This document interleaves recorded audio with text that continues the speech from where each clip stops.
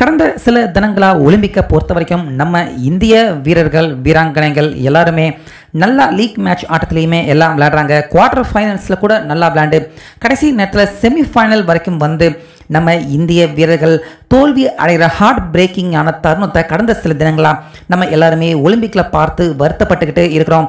இப்படி இருக்க இன்னைக்கு நம்ம இந்திய வீரரை தங்க வீரர் அப்படின்னு நம்ம எல்லாருமே பார்த்து பெருமைப்படக்கூடிய ஒரு சம்பவத்தை இன்னைக்கு பேட்மிண்டனில் நம்ம இந்திய வீரர் லக்ஷா சென் இன்னைக்கு சற்று கொஞ்ச நேரத்துக்கு முன்னாடி ஒரு ஹார்ட் பிரேக்கிங் தருணத்தை நிகழ்த்தி நம்ம எல்லாரும் மனசுலையுமே அவர் நின்றுருக்காரு அப்படின்னு தான் சொல்லணும். அந்த வகையில் லீக் மேட்ச்ல இருந்து அற்புதமாக விளையாண்டுக்கிட்டு வந்த லக்ஷா சென் இந்த பேட்மிண்டனில் இப்படியெல்லாம் கூட ஷாட் அடிக்க முடியுமா அப்படின்னு நம்ம எல்லாருமே வியக்கக்கூடிய பல ஷாட்டுகளை நம்ம கண் முன்னாடி நிகழ்த்தி அபாரமாக விளையாண்டுக்கிட்டு இருந்தார்.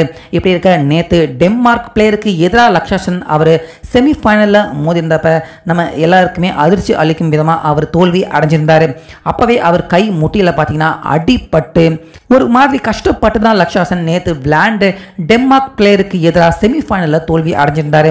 இப்படி இருக்க இன்னைக்கு நடந்த மலேசியா பிளேயருக்கு எதிரான ஆட்டத்தில் லக்ஷா சென் அவர் ஜெயிச்சா அட்லீஸ்ட் பிரான்ஸ் மெடலாவது நம்ம இந்தியாவுக்கு கிடைக்கும் அப்படிங்கிற ஒரு முனைப்போட லக்ஷா சென் விளையாண்டாரு. முதல் செட் அவர் ஜெயிச்சாரு.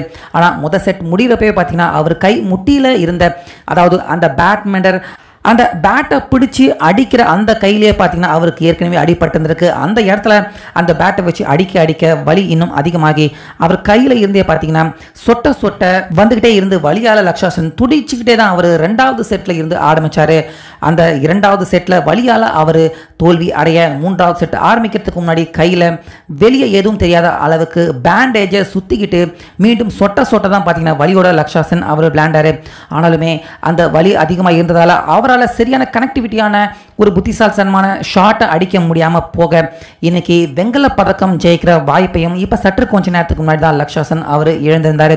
ஆனாலுமே அவருடைய கை சொட்ட வலியோட அவர் விளையாண்டு நம்ம நாட்டுக்கு பெருமை தேடித்தட அவரால் முடிஞ்ச எஃபெக்டை போட்டிருக்காரு. அதனால நிச்சயமாக நீங்கள் தோல்வி அடைஞ்சிருந்தாலும் நம்ம இந்தியாவின் தங்க மகன் அப்படின்னு ரசிகர்கள் எல்லாருமே அவருடைய இந்த முழுமையான எஃபெக்டை பாராட்டி சோஷியல் மீடியாவில் தங்க மகன் லக்ஷா சென் அப்படின்னு அவரை தோல்வி அடைஞ்சிருந்தாலும் அவரை வெகுவாக பாராட்டிக்கிட்டு இருக்காங்க.